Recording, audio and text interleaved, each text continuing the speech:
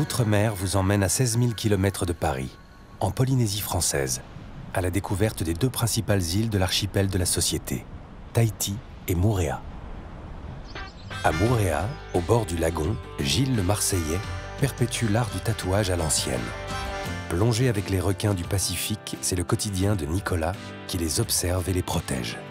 Avec la troupe Tahiti Aura, la danse tahitienne balance entre tradition et modernité. Andreas, l'artiste allemand, détourne les symboles de la culture polynésienne et se joue des stéréotypes. Arbre symbole des îles de la Société, le tiare offre ses fleurs pour la fabrication du célèbre monoï. Sur la presqu'île de Tahiti, Remana est le gardien de Tchopo, l'une des plus belles vagues du monde.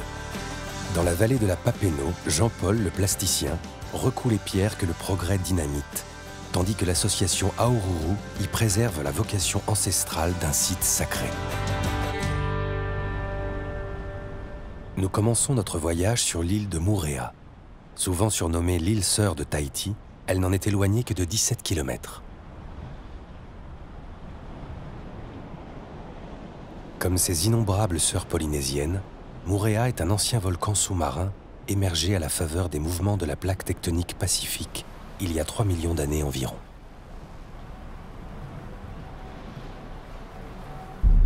Encore dans sa jeunesse géologique, Moorea est une île haute, comme en attestent ses reliefs effilés. Un jour pourtant, l'érosion aura raison de cette majesté, et il ne restera de Moorea qu'une île basse, un atoll au ras de l'eau.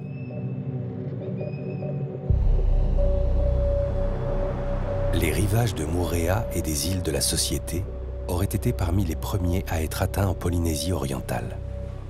Les navigateurs austronésiens, en provenance notamment des Fidji et des Samoa, les auraient colonisés à partir de l'an 600 de notre ère, arrivés sur de grandes pirogues à balancier, les Va'a.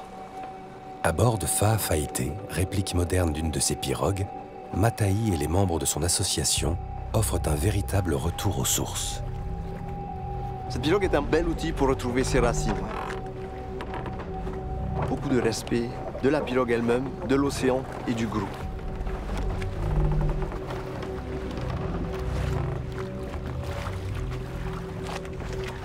Les Polynésiens en général, ils n'aiment pas trop la théorie. Mais si elle est accompagnée de choses concrètes, ça marche.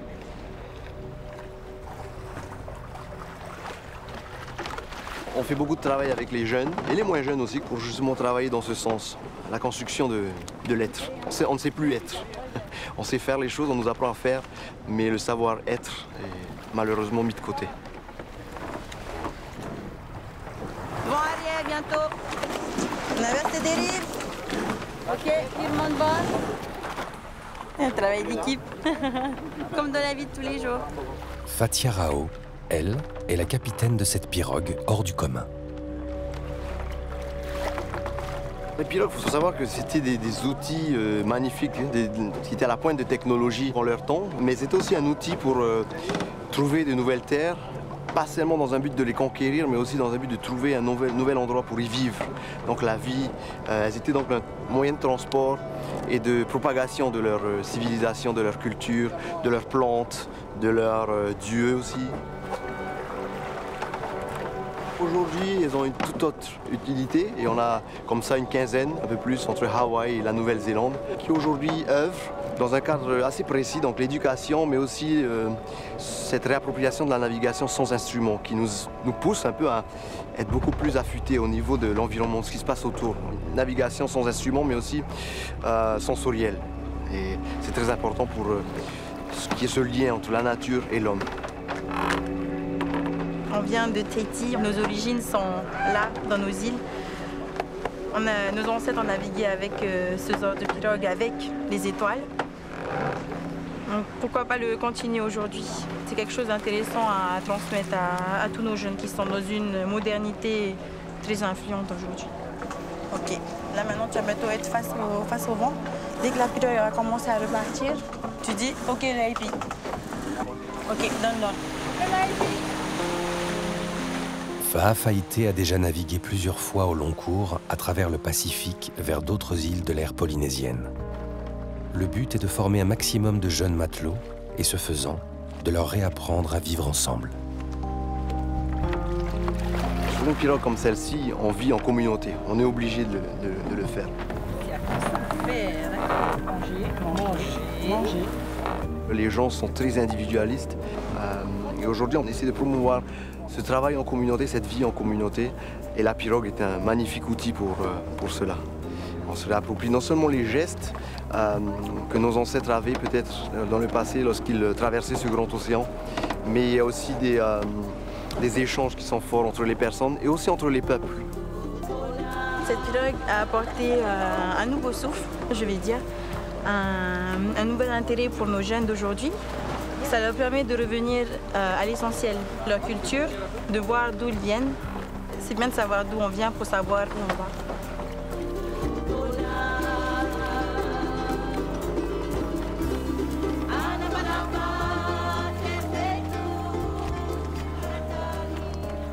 Femme capitaine, je trouve pas que c'est quelque chose de difficile. Non, du moment qu'on sait imposer certaines règles et qu'on travaille en communauté, c'est pas si difficile que ça.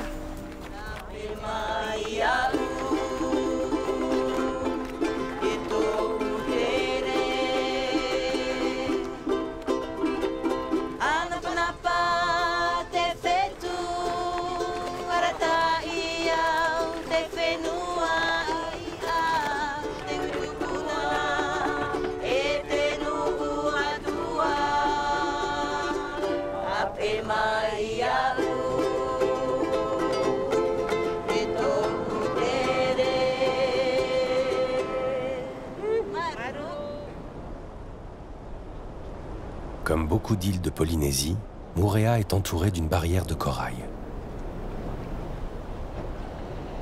Ce récif protège un petit lagon ouvert sur l'océan Pacifique par une dizaine de passes seulement.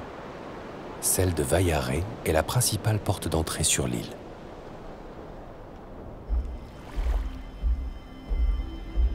De Waiare, il ne faut que quelques kilomètres pour rejoindre Maharepa, d'où l'on pourra repartir avec un souvenir indélébile.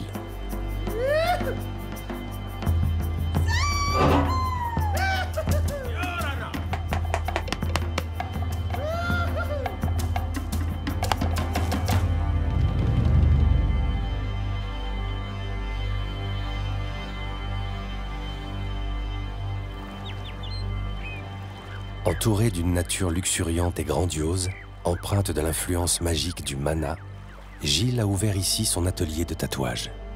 Être français et pratiquer le tatouage ici, ça peut paraître bizarre. Je n'étais pas du tout attiré par le tatouage avant. Et en fait, ici, je suis tombé sous le charme quand je suis arrivé. Donc j'ai appris vraiment sur le tas, de façon locale. Je ne sais pas si je suis vraiment accepté, mais enfin, bon, j'ai fait une partie de chemin ici et ça fait quelques années et bon, je pense que c'est faisable. À l'origine, le tatouage, c'est pour marquer un clan ou une appartenance. Ça peut aussi refléter le rang social. C'est aussi une notion de force, de pouvoir supporter la douleur, donc à certains âges de la vie, certains passages.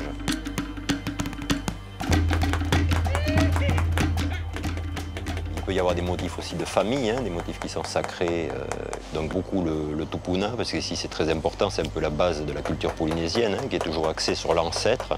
Et c'est pour ça qu'ici il y a beaucoup de respect pour le tatouage, parce que le motif enfin vient du tupuna. Jadis prérogative des prêtres tatoueurs, la réalisation des tatouages à base de charbon de noix de Bancoulier pouvait être extrêmement douloureuse. Elle requérait des jours, des semaines, parfois des mois, voire des années. Dans les temps anciens, les outils étaient faits en os, donc en dents de cochon, en dents de requin, os humain également. L'outil à l'époque, il se transmettait de génération, il pouvait durer pendant pas mal de temps. Maintenant, dans la version moderne, si on fait du traditionnel, on se doit de faire l'outil unique par rapport à l'hygiène. Donc si les gens veulent l'outil en os, on leur fait l'outil et ils le gardent avec eux.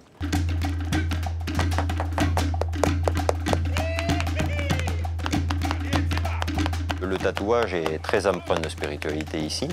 puisqu'en fait les motifs sont très symboliques, ce sont des motifs de protection, où on représente la nature, ou toute l'énergie qu'il y a dans la nature. Donc c'est beaucoup le mana qui revient, hein. Le mana, donc c'est une force, une énergie, hein, qui est partout autour de nous.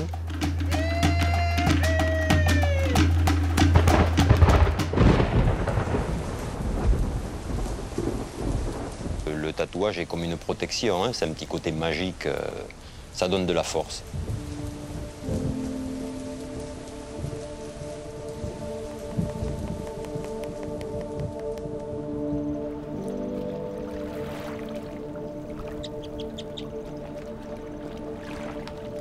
Installés majoritairement sur le littoral, les premiers habitants des sociétés occupaient aussi largement l'intérieur des îles hautes.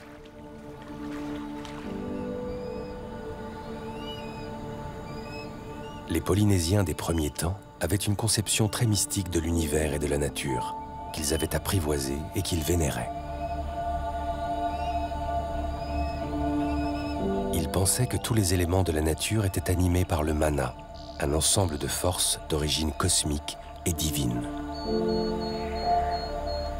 Dans ce monde intensément ritualisé, la présence des dieux et des ancêtres auprès des hommes se manifestait notamment par des objets et des lieux sacrés, comme les marae. Écoute plus souvent les choses que les êtres. La voix du feu s'entend, entend la voix de l'eau. Écoute dans le vent le buisson en sanglots. C'est le souffle des ancêtres.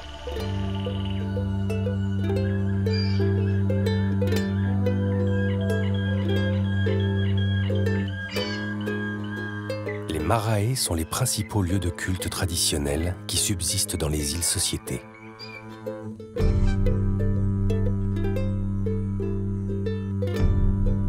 Ces grandes plateformes de pierre servaient à différentes cérémonies menées par les aérepo et les oreros.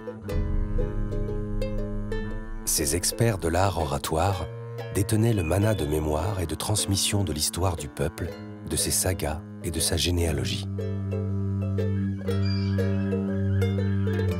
Les oreros récitaient notamment la généalogie en scandant sur les marae le nom de tous les ancêtres de la communauté qui restaient ainsi vivants à tout jamais.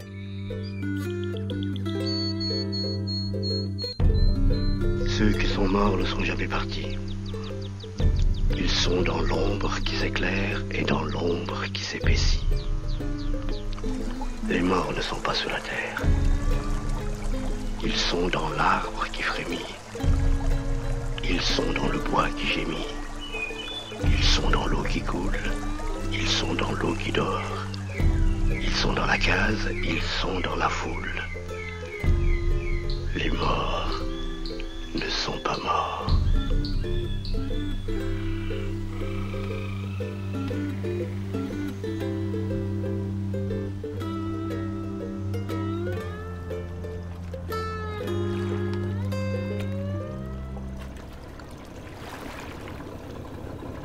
Avant l'arrivée des Occidentaux, les Polynésiens étaient polythéistes. Leurs dieux prenaient souvent l'apparence d'animaux, comme Tané, qui se manifestaient sous la forme d'un requin. Depuis 2012, les eaux territoriales de la Polynésie française, soit 5 millions de kilomètres carrés, sont devenues un sanctuaire pour la vingtaine d'espèces de requins lagonaires ou pélagiques qui y vivent. À Moorea, requins-tigres et requins-citrons se rencontrent fréquemment, pour le plus grand bonheur de Nicolas. Dès mon plus jeune âge, j'ai toujours imaginé vivre à un endroit où on pouvait plonger avec les requins tous les jours.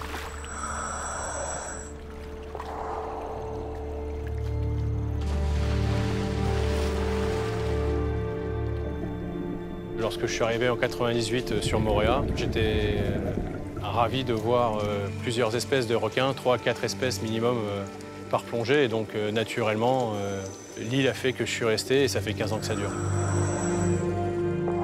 J'ai géré un centre de plongée pendant 10 ans sur Moorea.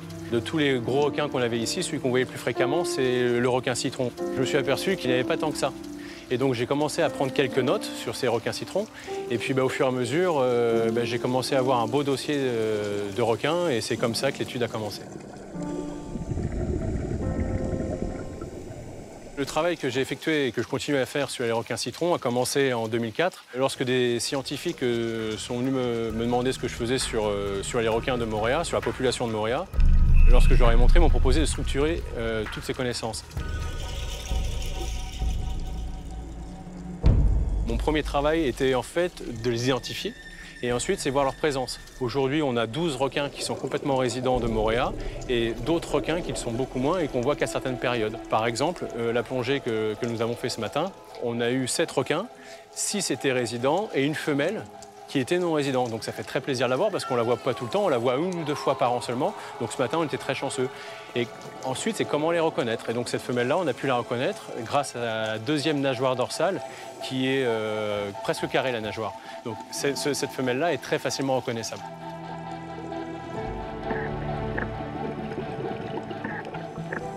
Moi, au niveau terrain, je peux apporter des informations que les scientifiques n'ont pas forcément, parce que tout simplement, les scientifiques ne peuvent pas être tout le temps sous l'eau au même endroit et pendant des années. Aujourd'hui, les requins sont très menacés partout dans le monde. Certaines estimations chiffrent à 100 millions le nombre de ces poissons tués chaque année, principalement pour la seule consommation de leurs ailerons. Leur protection est donc un véritable enjeu environnemental. Ce qu'il faut savoir, c'est que dans le monde, il existe plus de 470 espèces de requins et il n'y a que 2, 3, 4 espèces maximum qui sont potentiellement dangereux pour l'homme. Donc en fait, lorsqu'on se met à l'eau, la probabilité de rencontrer un requin qui vienne sur vous pour venir vous croquer, elle est quasi nulle. Il y a plus de personnes qui meurent chaque année avec des noix de coco qui leur tombent sur la tête que des personnes qui se font croquer par les requins. Avec le cocotier qui est juste au-dessus de moi, c'est inévitable là.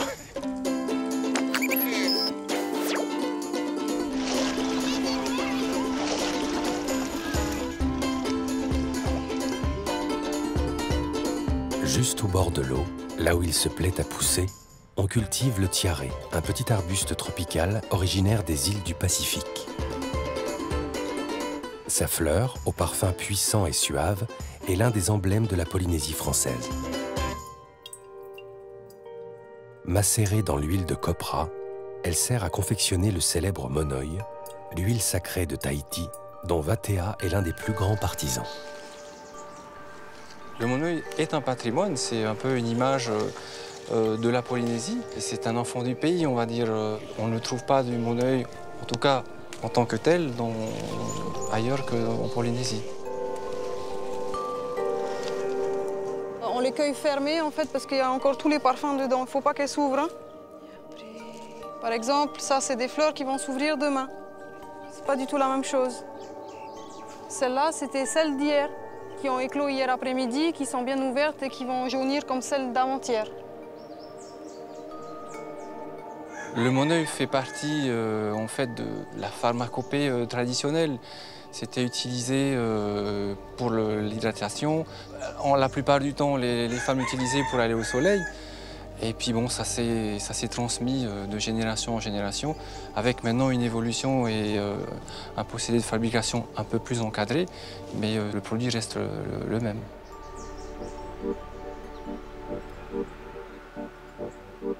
Principalement, le monoï est utilisé pour l'hydratation de la peau.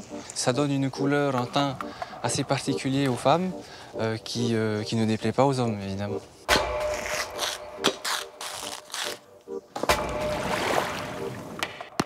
L'huile vierge de coco, issue de la chair fraîche du fruit, diffère de l'huile de copra. C'est cette dernière, préparée avec la chair séchée de la noix, qui sert à produire le monoï d'appellation d'origine. J'utilise le monoï en permanence, notamment pour les cheveux. C'est très bon pour les cheveux, parce qu'en fait, quand vous sortez de l'eau, vous avez les cheveux qui sont un peu... Donc le monoï, ça permet de remettre un peu les choses en place, et puis ça sent super bon aussi.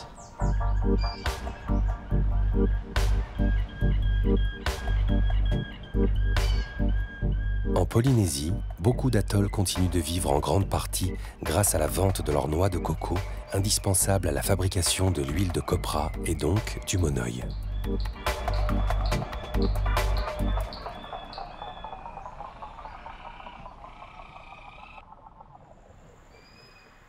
À l'intérieur de Moorea, les élégantes frondaisons des Facalta donnent du panache à la canopée.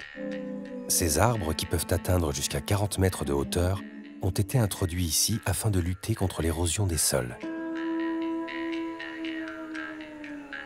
À leurs pieds poussent les miros, nom local du bois de rose, un bois très prisé des ébénistes et autres fabricants d'instruments de musique.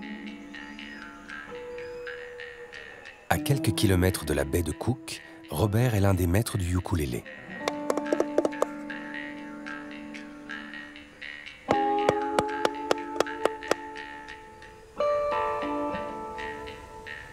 Entouré des essences précieuses nécessaires à la fabrication de ce petit instrument d'origine hawaïenne, Robert enseigne aux plus jeunes l'art de la lutherie polynésienne.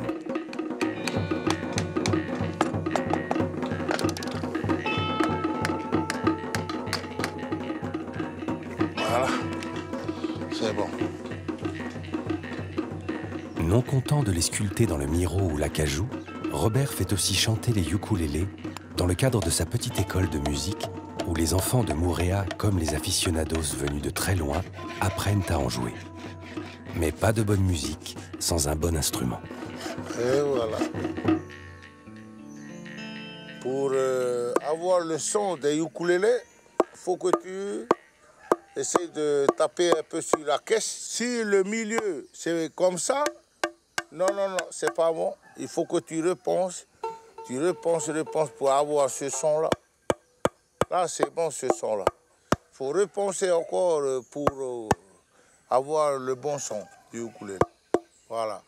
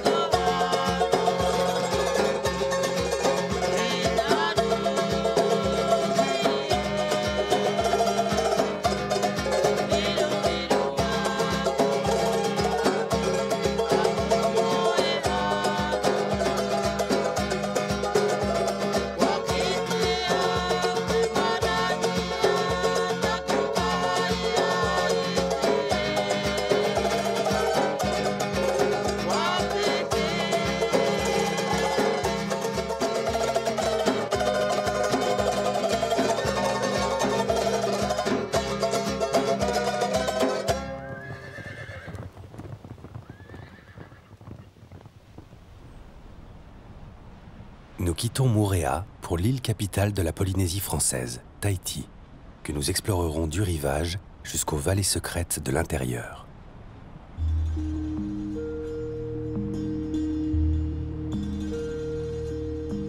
Plus encore que Moorea, Tahiti est une montagne posée sur la mer. Une île haute donc, entourée comme sa voisine d'un lagon corallien. Non loin de l'agitation de Papeete, la plus grande ville à 4000 km à la ronde, se niche du côté de Paea l'un des plus beaux wharés de l'île. Les wharés sont les maisons polynésiennes aux toits traditionnellement recouverts de feuilles de cocotier tressées.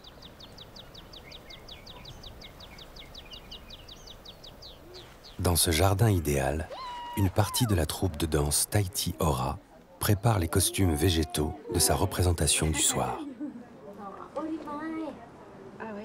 La maîtresse des lieux, Tumata, fondatrice et chorégraphe de la troupe, a grandi ici et consacré sa vie à la danse tahitienne. Ça fait partie de nos racines, ça fait partie de nos traditions. La danse est très importante pour nous ici à Tahiti.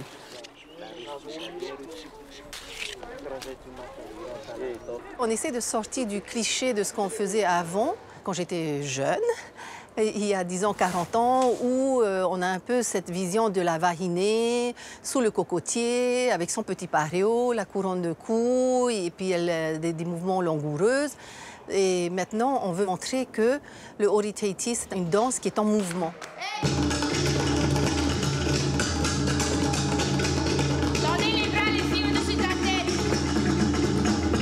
Par rapport à ce que les premiers Blancs ont vu la danse à l'époque et maintenant, ça n'a plus rien à voir. Avant, c'était des mouvements très érotiques qui démontraient pratiquement l'acte sexuel devant tout le monde. On ne fait pas plus ça maintenant.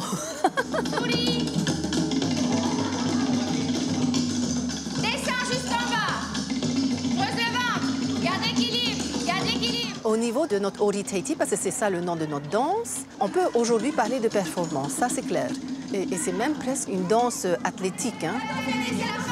Bouge pas les bras, bouge pas les bras. Accélère, parapou. Hey! Les danseurs et danseuses, ils sont à un niveau maintenant où il faut avoir une certaine forme physique pour pouvoir être un très très bon danseur ou une très très bonne danseuse.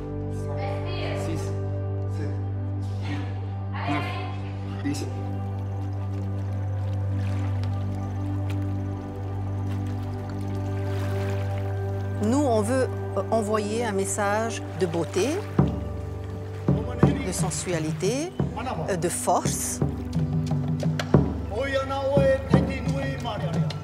Un message que la troupe de Tumata est l'une des rares à porter hors de Polynésie. À Tahiti, faute de salles, les troupes se produisent essentiellement dans les grands hôtels, tout en attendant le grand événement hivernal, le Heiva. Quand on va au Grand Heiva, c'est le concours du mois de juillet, les gens se disent « Ok, on va voir des grosses, des gros et tout ça ». Moi, je n'admets pas ça parce que je dis que pour pouvoir faire une belle performance, il faut que la danseuse ou le danseur puisse exécuter ce qu'on leur demande de faire. Donc, il ne peut pas être en surpoids.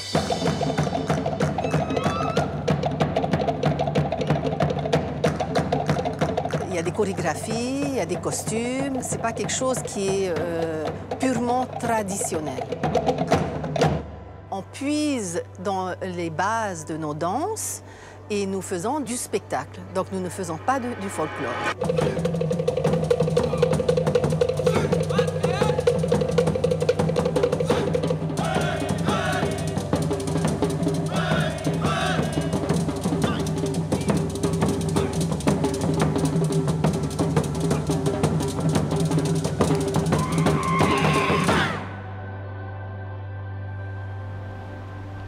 Grâce au récit des premiers explorateurs occidentaux, on sait que les divertissements, dont la danse, occupaient une place privilégiée dans la société tahitienne.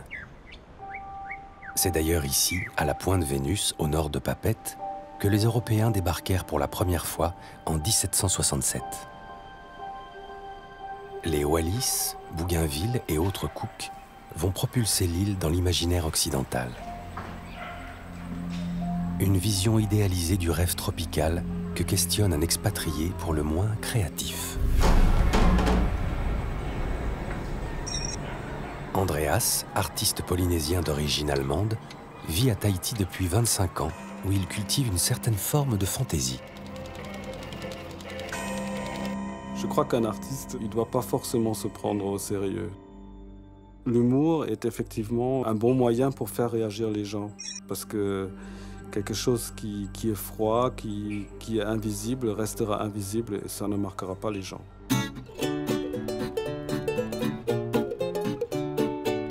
Inspiré par la culture tahitienne, Andreas se plaît à croiser les thèmes de l'exotisme et de la modernité pour en tirer des œuvres hybrides inédites.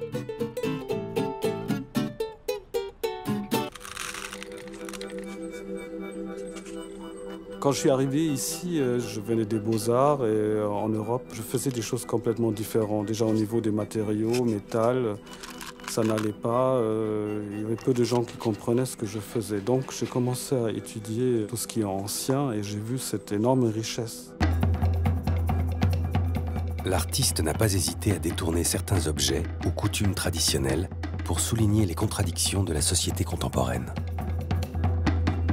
Je voyais en fait les gens faire une présentation de danse avec des beaux costumes qu'ils ont fabriqués, avec les feuilles, les costumes naturels. Et je les voyais monter dans des 4x4. Et puis je voyais ces gros pneus. Et je pense que c'est là où cette relation entre le tatouage et le pneu m'est arrivée dans la tête, quoi. C'était un instant comme ça. Quand j'ai fait les pneus, les gens carrément ils m'ont demandé est-ce qu'on ne peut pas rouler avec des pneus tatoués, des choses comme ça. C'est donc l'art qui a un impact direct sur les gens. Tahiti est égal paradis. Et si on enlève ce rêve, certains gens peuvent se fâcher. Il faut avoir un certain recul, sinon on n'évolue pas. On va continuer à vivre de façon figée dans ce rêve. Et un rêve, il doit rester vivant, il doit se renouveler aussi tout le temps, sinon ce n'est plus une culture vivante.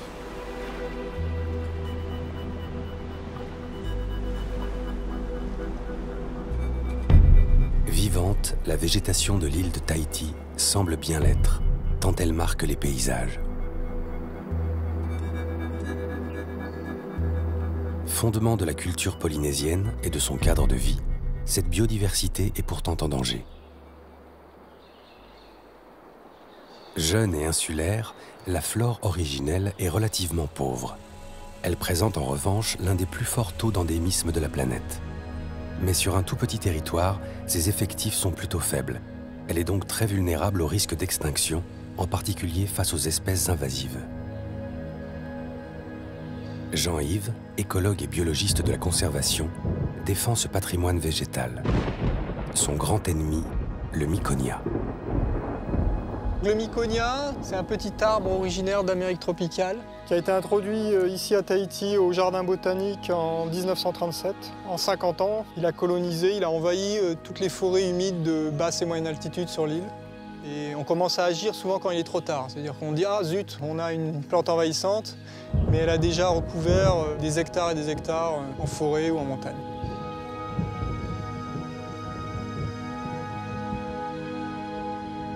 Le miconia a des grosses feuilles, il intercepte la lumière. Et donc au sol, c'est extrêmement sombre. On n'a plus qu'une grande forêt de miconia et plus rien en sous-bois. En raison des fortes pluies qui existent sous le climat tropical, on a de l'érosion du sol sous les forêts de miconia. Donc on a une augmentation de glissement de terrain avec une pollution du lagon qui est en aval. On a monté un programme de recherche pour essayer de trouver des ennemis naturels du miconia. On a sélectionné un champignon pathogène. Le champignon a été introduit depuis une douzaine d'années. L'ensemble des miconias sur Tahiti, et en Polynésie française et à Hawaï sont attaqués par ce champignon pathogène.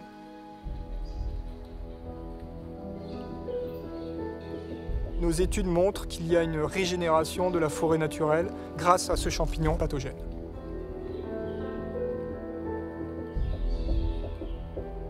À l'heure actuelle, en Polynésie, plus de 140 plantes sont considérées comme rares, vulnérables ou menacées. Le chiffre le plus élevé de tout l'outre-mer francophone.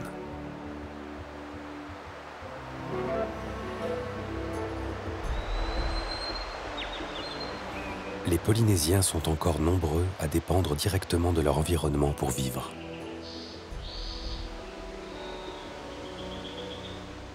C'est le cas, entre autres, des travailleurs du bois, dont l'accès aux essences précieuses est désormais réglementé. Raphaël, lui, connaît bien la valeur des arbres. Dans mon rêve, j'ai vu quelqu'un en train de brûler du bois au bord de la route. C'était de l'ébène royal, quoi, hein, du bois noble. Puis le lendemain, j'ai décidé de sculpter, quoi.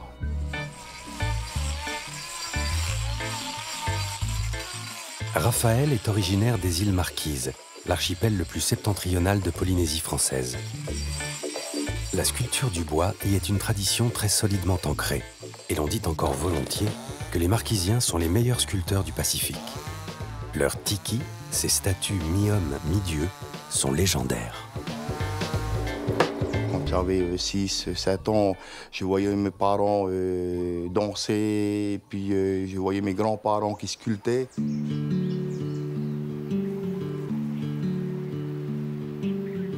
C'est notre vie, quoi. Donc on n'apprend pas, on le vit avec. Même pour mon fils, je ne vais jamais lui forcer à faire ce travail, mais je sais qu'un jour, il va le faire. C'est quelque chose qui est inné, je pense, en chacun de nous, quoi.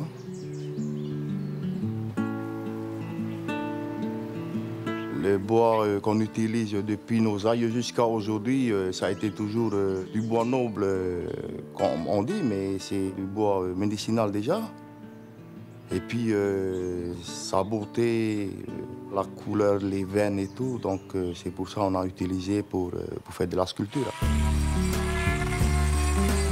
Je suis un peu déraciné, mais à travers ce que je fais actuellement, donc dans la sculpture, je me rapproche de plus en plus des Marquises, des îles Marquises.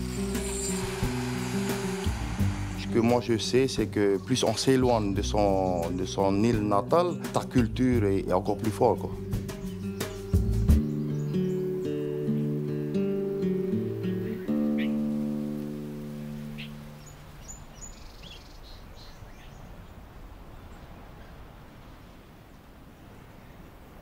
Passé l'isthme de Taravao, commence la presqu'île de Tayarapu, également appelée Tahiti-Iti, la petite Tahiti.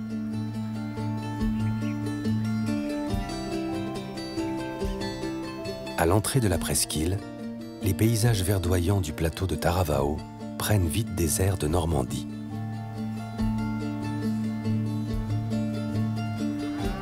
Le plateau, bien arrosé par les pluies et riche en herbes, est un lieu d'élevage bovin qui offre une petite production de lait frais aux habitants de Tahiti.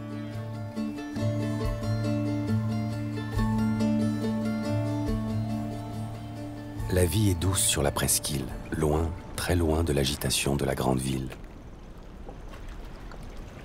Pourtant, il est un lieu sur la côte sud où certains se pressent continuellement, arrivés des quatre coins du monde.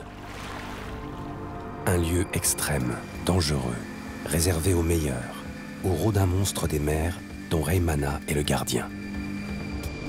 Cette vague, c'est un mythe parce que des étrangers sont venus l'en surfer. Il y a eu des médias qui l'ont couvert, cette vague, ce jour-là. Donc ça a été paru dans les magazines. La vague elle-même, elle est passée à une dimension médiatique, mais du magazine à tous les médias du monde.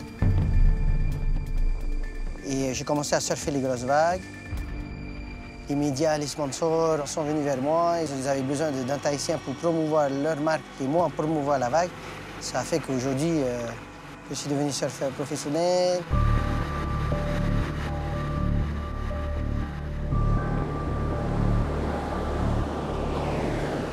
Chupo est un spot de surf mondialement célèbre, offrant, dit-on, les vagues régulières les plus larges et les plus épaisses du circuit professionnel. C'est aussi l'un des spots les plus risqués. Le corail tranchant n'est qu'à quelques dizaines de centimètres de la surface lorsque s'y écrasent les énormes vagues. Des vagues hautes parfois de 15 mètres.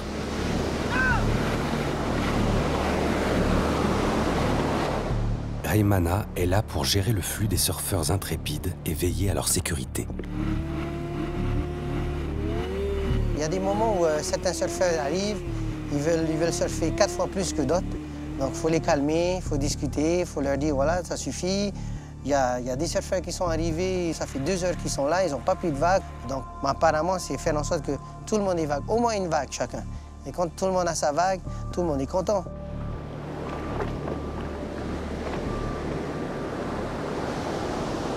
La grande particularité de Chupo est sa forme cylindrique, un tube parfait, comme on l'appelle parmi les surfeurs. On entend des bruits dans cette vague, on entend des ronronnements, on entend la vague qui se casse sur le récif. Ça ne s'explique pas, il faut la vivre.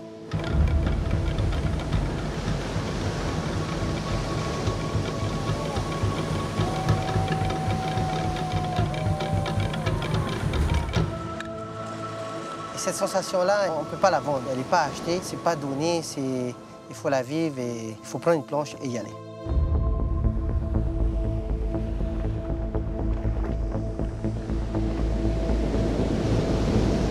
Chupo est un Himalaya du surf.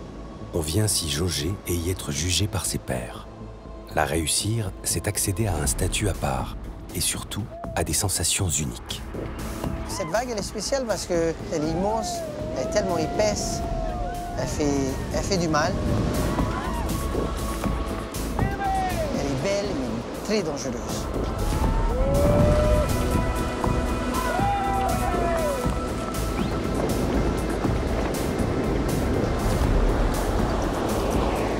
Il y a cette vague qui est au-dessus de toi, il y a ces gens-là qui sont devant vous, il y a cette montagne qu'on a un chopo où il n'y a pas de maison dessus. Et nous, quand on réussit la vague, on sort de la vague, on voit tout ça, il n'y a pas photo.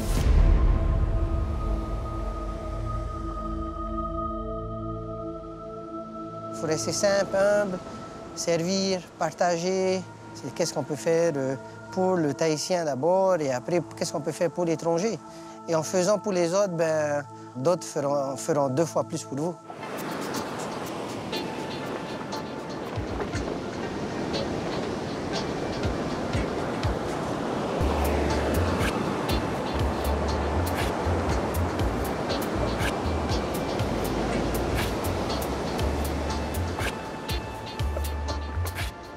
Nous quittons la quiétude de la presqu'île de Tayarapu pour retrouver les hauteurs de Papeete.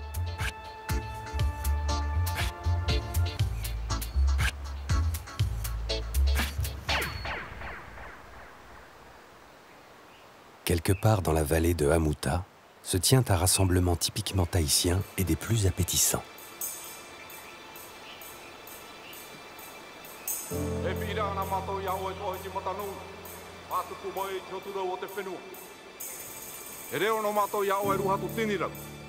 Un aimaa, le four traditionnel tahitien, est en préparation sous le contrôle de Théodore.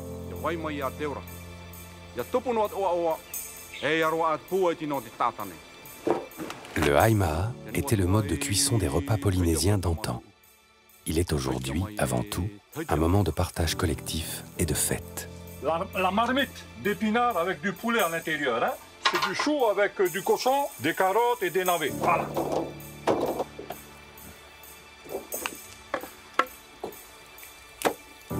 Voilà. Tête du cochon. Voilà, super. Voilà, ça c'est des écorces de banane. Les différents aliments sont délicatement disposés dans le four, au-dessus de pierres brûlantes. Ok, voilà. C'est bon. C'est parti. On recouvre ensuite le tout avec de grandes feuilles de bananier et des toiles de jute afin d'assurer l'étanchéité du four. C'est parti pour une cuisson à l'étouffée qui va durer entre 4 et 6 heures.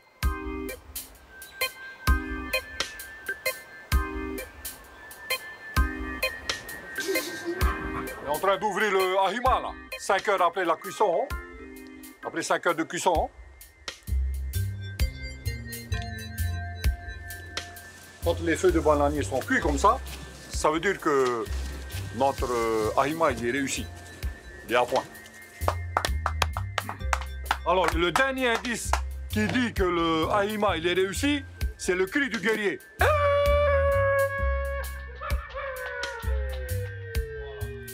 Bon,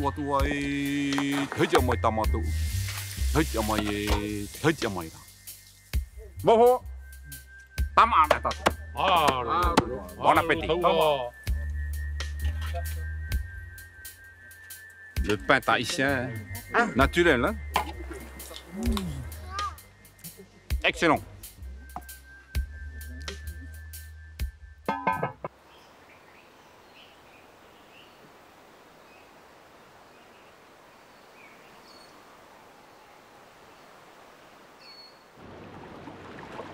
Au nord de l'île, la vallée de la Papeeno est l'une des rares voies d'entrée vers le cœur vibrant et aujourd'hui désert de Tahiti. Jadis, les vallées intérieures étaient très densément peuplées, comme en témoignent encore de nombreux sites archéologiques. L'harmonie de la Papeeno est toutefois mise à mal par l'aménagement de centrales hydroélectriques. Une dénaturation contre laquelle milite, à sa façon, Jean-Paul, un plasticien au travail étonnant. J'ai besoin de nature, j'ai besoin de la beauté de cette vallée, j'ai besoin de sa poésie, j'ai besoin de tout ce qu'elle comporte au point de vue légende, histoire, etc. La Papeeno est pour Jean-Paul un atelier à ciel ouvert dans lequel il a semé nombre d'œuvres éphémères. Beaucoup de choses que j'ai faites n'ont jamais été vues, n'ont jamais été photographiées et ont été emportées par les flots ou recouvertes par la mousse, enfin que ça disparaît de différentes manières, assez vite finalement.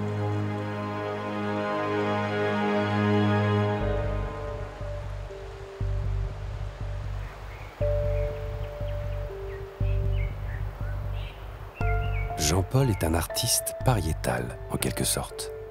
Il intervient essentiellement sur les pierres de la rivière ou de sites voisins, des sites choisis à la faveur de nombreuses déambulations dans la vallée.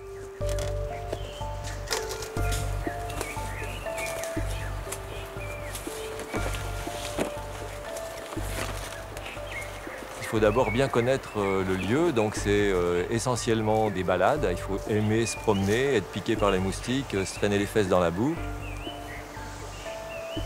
Mais un jour, quand on a une idée particulière, à ce moment-là, on a dans la tête un paysage particulier, une roche, une falaise, qui va correspondre à un projet qui est en train de naître.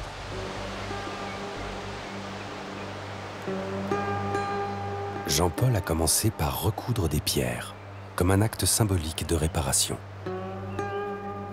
Les premiers travaux ont été faits en réaction et en contradiction avec l'industrialisation de la vallée.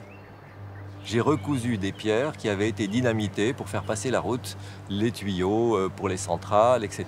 Donc la couture est le meilleur moyen technique, plastique, de montrer une idée ou une envie.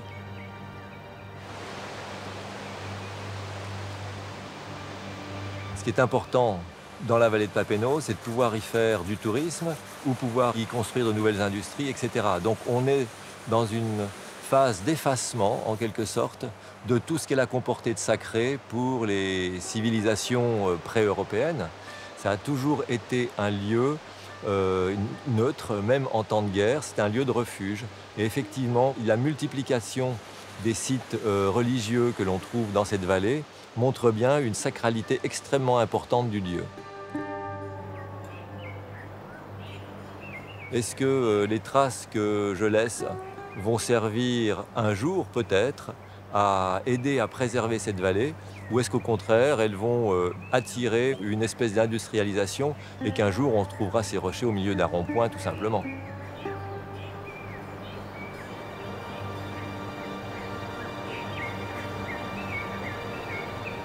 Je dois bien être quand même accepté par les esprits du lieu, puisque je suis toujours vivant au bout de 30 ans de fréquentation de la vallée, essentiellement en solitaire.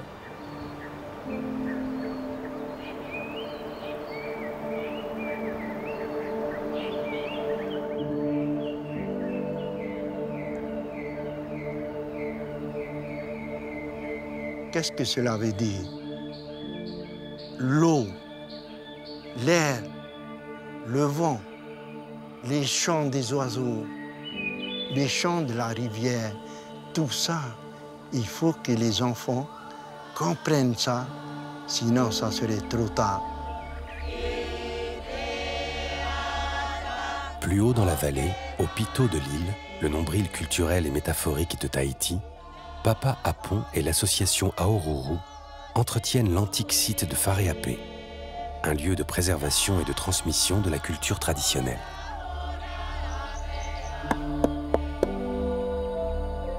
Nos anciens nous ont donné quelque chose et c'est à nous maintenant de comprendre, entretenir toute cette énergie.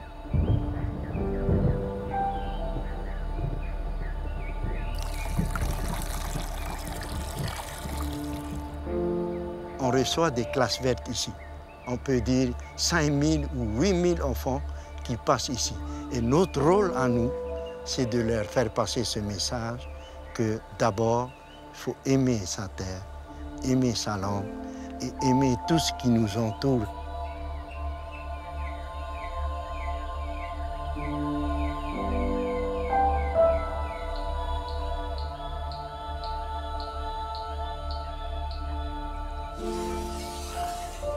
Tout ce qu'on fait ici, dans cette association, c'est pour nous d'abord, pour nos enfants, après pour ceux qui viennent visiter de l'extérieur. C'est pas du spectacle, surtout pas du spectacle ici.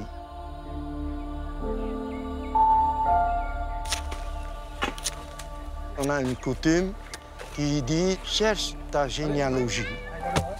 C'est cette branche, c'est l'arbre qui a été planté.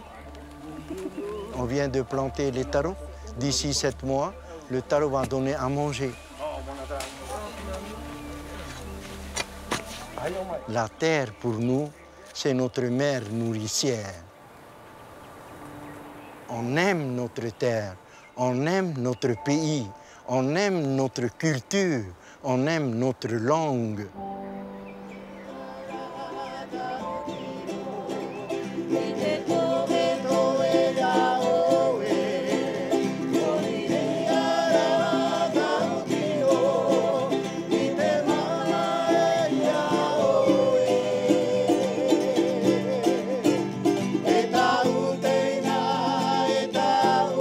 Sur ces champs d'espoir se referme notre voyage tahitien.